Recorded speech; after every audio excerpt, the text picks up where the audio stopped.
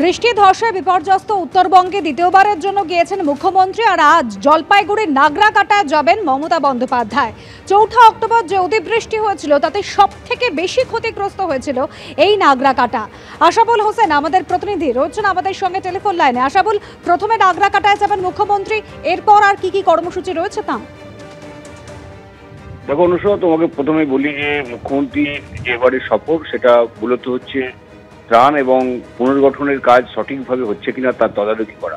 এবং কালকে তিনি উত্তরবঙ্গে পৌঁছেই তিনি কালকে হাসিমারাতে প্রশাসনিক পর্যালোচনা বৈঠক করেন এবং তাকে সেখানে স্পষ্টভাবে তিনি নির্দেশ দিয়েছেন যে সবার আগে ত্রাণ এবং পুনর্গঠনের কাজকে যুদ্ধকালীন তৎপরতায় করতে হবে। এবং আজকে নিজে সেই সমস্ত বিষয় পরিদর্শন করতে তিনি নাগরাকাটায় যাবেন এবং সেখানে নাগরাকাটায় বিভিন্ন যে বন্যা, প্রাকৃতিক বিপর্যয় বিধ্বস্ত এলাকা তিনি পরিদর্শন করবেন। নিজের চোখে তিনি সবকিছু দেখতে চান, মানুষের সঙ্গে কথা বলতে চান।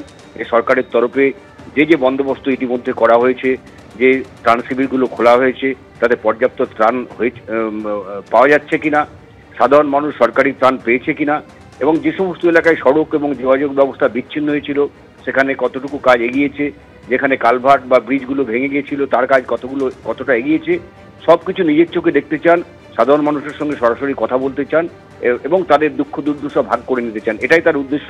আজকে নাগরাকাটা যাবেন, সেখানে বন্যা বিধ্বস্ত বিভিন্ন এলাকা পরিদর্শন করবেন। আগামীকাল তিনি শিলিগুড়ি থেকে সরাসরি তিনি মিরিক যাবেন এবং মিরিকে গিয়ে মিরিকের বিভিন্ন বন্যা বিধ্বস্ত এলাকা তিনি পরিদর্শন করবেন এবং মিরিক সেখানে পরিদর্শন করার পর তিনি কালকেই তিনি দার্জিলিংয়ে পৌঁছে যাবেন এবং দার্জিলিংয়ে গিয়েও একটি প্রশাসনিক পর্যালোচনা বৈঠক করার কথা রয়েছে তার, এবং আগামী শুক্রবার তার কলকাতা ফেরার কথা রয়েছে। এটা তার দ্বিতীয় দফার সফর। নিজেই প্রথম দফার সফরে এসে মুখ্যমন্ত্রী কথা দিয়েছিলেন খুব তাড়াতাড়ি তিনি উত্তরবঙ্গে ফিরে আসছেন এবং সেই লক্ষ্য নিয়েই এবার তার সফর মূলত পুনর্গঠনের কাজের তদারকি করা এবং সেই কাজটা তিনি ধারাবাহিকভাবে করে চলবেন এবার সফর। ধন্যবাদ আশাবুল। বিপর্যয় বিধ্বস্ত উত্তরবঙ্গ, লন্ডভন্ড জলপাইগুড়ির বামনডাঙ্গার খয়ের বাড়ি। সেই দুর্গত এলাকায় অসহায় মানুষদের পাশে দাঁড়াতে এগিয়ে এসেছেন স্থানীয় গ্রামবাসী থেকে চা বাগানের শ্রমিক সকলে। ট্রাক্টরে ত্রাণ নিয়ে এলাকায় পৌঁছে দিচ্ছেন তারা। বিপদে কাঁধে কাঁধ মিলিয়ে লড়াইয়ের বার্তা দিচ্ছে এই গ্রাম। যেদিকে তাকানো যায় দগদগে দুর্যোগের ক্ষত, ফুঁসছে গাঠিয়া নদী, জল ঢুকে প্লাবিত গ্রাম, তছনছ হয়েছে বাড়িঘর, ব্রিজ ভেঙে পড়ায় বিচ্ছিন্ন যোগাযোগ ব্যবস্থা, অন্ন বস্ত্র বাসস্থান হারিয়ে পথে বসেছেন জলপাইগুড়ির বামনডাঙ্গার খয়ের বাড়ির বহু গ্রামবাসী। চারিদিকে কান্নার রোল। এমনই অসহায়তায় এলাকাবাসীর পাশে দাঁড়িয়েছেন খয়ের বাড়ি সংলগ্ন বিভিন্ন গ্রামের মানুষজন এবং সংগঠন। ট্রাক্টর নিয়ে দুর্গত এলাকায় ত্রাণ পৌঁছে দিচ্ছেন তারা। যার যেটুকু সম্বল তাই নিয়ে মানুষের পাশে দাঁড়ানো, কারণ এই মুহূর্তে মানুষ বড় কাঁদছে। তার পাশে দাঁড়ানোর জন্য রাজ্যের বিভিন্ন প্রান্ত থেকে, জেলার বিভিন্ন প্রান্ত থেকে যা পেয়েছেন হাতের সামনে তাই নিয়ে তারা বানভাসী মানুষের কাছে পৌঁছচ্ছেন। গ্রামের থেকে সবার বাড়ির থেকে সহযোগিতা করছে, সবাই পাঠাইছে। চাল আছে, খাওয়ার জিনিস আছে, বিস্কুট আছে, জল নিয়ে আসছি, ক্যান্ডেল আর সমস্ত কিছু যেটা দরকার হয়। যে এরকম বন্যা হয়েছে, অনেক ক্ষতি হয়েছে, আমরা দেখতে পাচ্ছি মোবাইল মাধ্যমে। আমরা চেষ্টা করলাম আমাদের গ্রাম থেকে এক একটা বাড়ি থেকে জিনিসপত্র দিয়েছে আমাদেরকে, ওগুলো নিয়ে আসছি আমরা ট্র্যাক্টরে করে বাড়ির থেকে আনছি।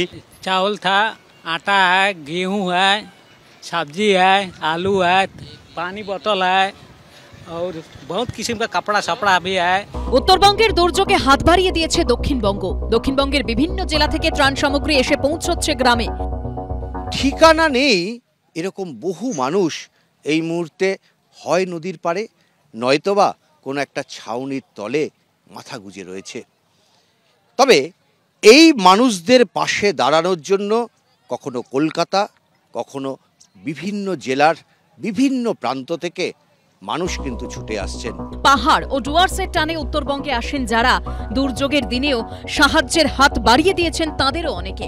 যেমন নিজের জন্মদিনে কলকাতা থেকে দুর্গত মানুষের হাতে ত্রাণ তুলে দিতে উত্তরবঙ্গে চলে এসেছেন কেউ কেউ। আমরা চাল, ডাল, আলু, তেল, সোয়াবিন, বিস্কুট এগুলো নিয়ে এসেছি ওখান থেকে। হ্যাঁ, আমার আজকে জন্মদিন, তো আমি ভাবছিলাম যে আমি উত্তরবঙ্গে কন্টিনিউয়াসলি আসি এবং উত্তরবঙ্গের মানুষের এই অবস্থা থেকে আমি ভাবছিলাম যে কখন আসবো, তো আজকের দিনটাই আমার কাছে সবথেকে ভালো মনে হলো, তাই আমি ছুটে চলে আসলাম। বিপর্যস্ত মানুষের পাশে দাঁড়িয়েছেন জলপাইগুড়ির চা বাগানের শ্রমিকরা। বাড়ি বাড়ি ঘুরে খাদ্য ও বস্ত্র জোগাড় করে অসহায় মানুষদের হাতে তুলে দিয়েছেন তারা। সাহায্য দেওয়ার জন্য অর্থের প্রয়োজন হয় না, সাহায্য দেওয়ার জন্য একটা বড় মন লাগে, সাহায্য দেওয়ার জন্য একটা মানসিকতা লাগে। আবার সেটা প্রমাণ করলেন এই চা বাগানের মা বোনেরা। 12 ঘন্টা 250 টাকা। হ্যাঁ, সবাই মিলে জোড়া করলাম, তারপর নিয়ে আসলাম। নিজের পাড়ার মধ্যে থেকে জোগাড় করছি। চাল, ডাল, আলু, যে কিছু, আটা উঠালাম, কাপড় উঠালাম আর এনে দিলাম। যতটুকু পারলাম ততটুকুই আনলাম। ক্রমেই স্বাভাবিক হচ্ছে উত্তরবঙ্গের আবহাওয়া। আবহাওয়া দপ্তর সূত্রে খবর, আগামী সপ্তাহে বর্ষা বিদায় নেবে। নেই ভারী বৃষ্টির পূর্বাভাস। আকাশে মেঘ কাটলেও জীবনের অন্ধকার কাটবে কবে, সেদিকেই তাকিয়ে উত্তরবঙ্গবাসী। উজ্জ্বল মুখোপাধ্যায় ও অরিত্রিক ভট্টাচার্যের রিপোর্ট, এবিপি আনন্দ। দুর্যোগে বিধ্বস্ত উত্তরবঙ্গ, ভেঙেছে বাড়িঘর, রাস্তা, সেতু। কাজ শুরু হলেও এখনো পর্যন্ত বহু রাস্তা বন্ধ রয়েছে। আর এই অবস্থায় গতকাল হাসিমারায় ত্রাণ এবং পুনর্নির্মাণ নিয়ে মুখ্যমন্ত্রী বৈঠক করলেন। কাজ শেষ করার আশ্বাস দিয়েছেন তিনি।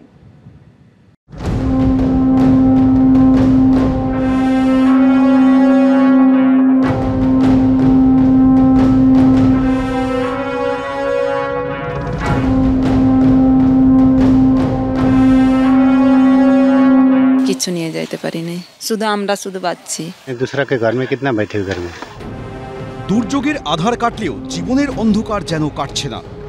প্রাণে বাঁচলেও মাথা গোজার ঠাঁই নেই, হারিয়েছেন শেষ সম্বলটুকু। অন্য কারো বাড়ি কিংবা ত্রাণ শিবিরে আশ্রয় নিয়েছে সর্বশান্ত মানুষগুলো। জলপাইগুড়ির ধূপগুড়ির হোগলাপাতা গ্রাম জুড়ে এমনই ধ্বংসের ছবি। মুখ্যমন্ত্রী এসেছেন, কি আবেদন করবেন মুখ্যমন্ত্রীর কাছে? যদি আমাদেরকে ঘর দেয়, রাস্তাটা আগে বানটা ঠিক হোক। বানটা নিয়ে আমরা ভয়ে আছি। বানটা যেমন ভেঙেছে, রাস্তাগুলো নষ্ট হয়ে গেছে, যাতায়াত অসুবিধা, ঘরবাড়ির ওই রকম অবস্থা, খুবই কষ্টে আছি। মাঝরাতে হুড়মুড়িয়ে জল কাদার স্রোত ভাসিয়ে নিয়ে গেছে গোটা বাড়িটাই।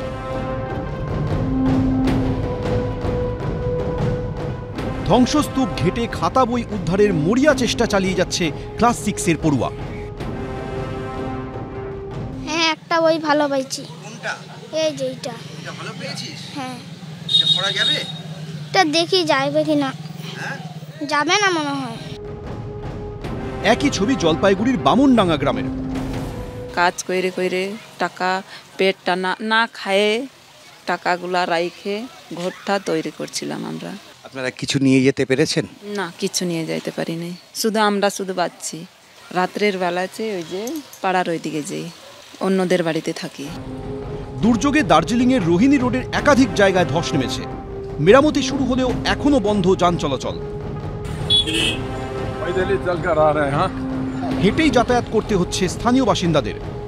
हम लोग कोई सोनादा दार्जिलिंग कहीं जाना चाहे तो यहाँ से जितना भी हो करसंग तक पैदल ही चलना पड़ेगा। कम से कम भी 3-4 किलोमीटर पैदल ही चलकर गाड़ी में वहाँ से देखेंगे। প্রবল বৃষ্টি আর জলের তোড়ে শিলিগুড়ি থেকে দার্জিলিং যাওয়ার রাস্তায় দুধিয়া সেতু হুড়মুড়িয়ে ভেঙে পড়ে। সেখানে অস্থায়ী সেতু তৈরির কাজ শুরু হয়েছে। जो ब्रिज था हम लोग का दार्जिलिंग डिस्ट्रिक्ट का तरकानी है ब्रिज जल में जल बन जाए और नदी में जो है बात अच्छी तरह का होना चाहिए और पूरी ध्यान से सरकार देख सके।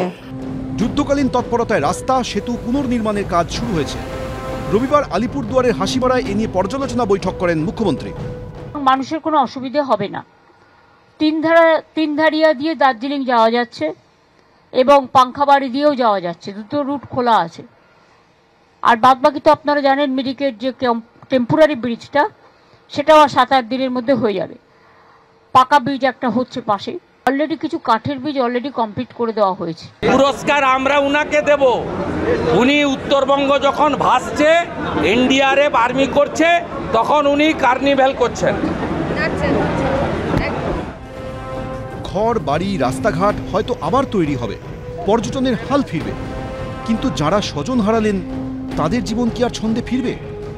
উজ্জ্বল মুখোপাধ্যায়, সনদ ঝা, মোহন প্রসাদ, এবিপি আনন্দ।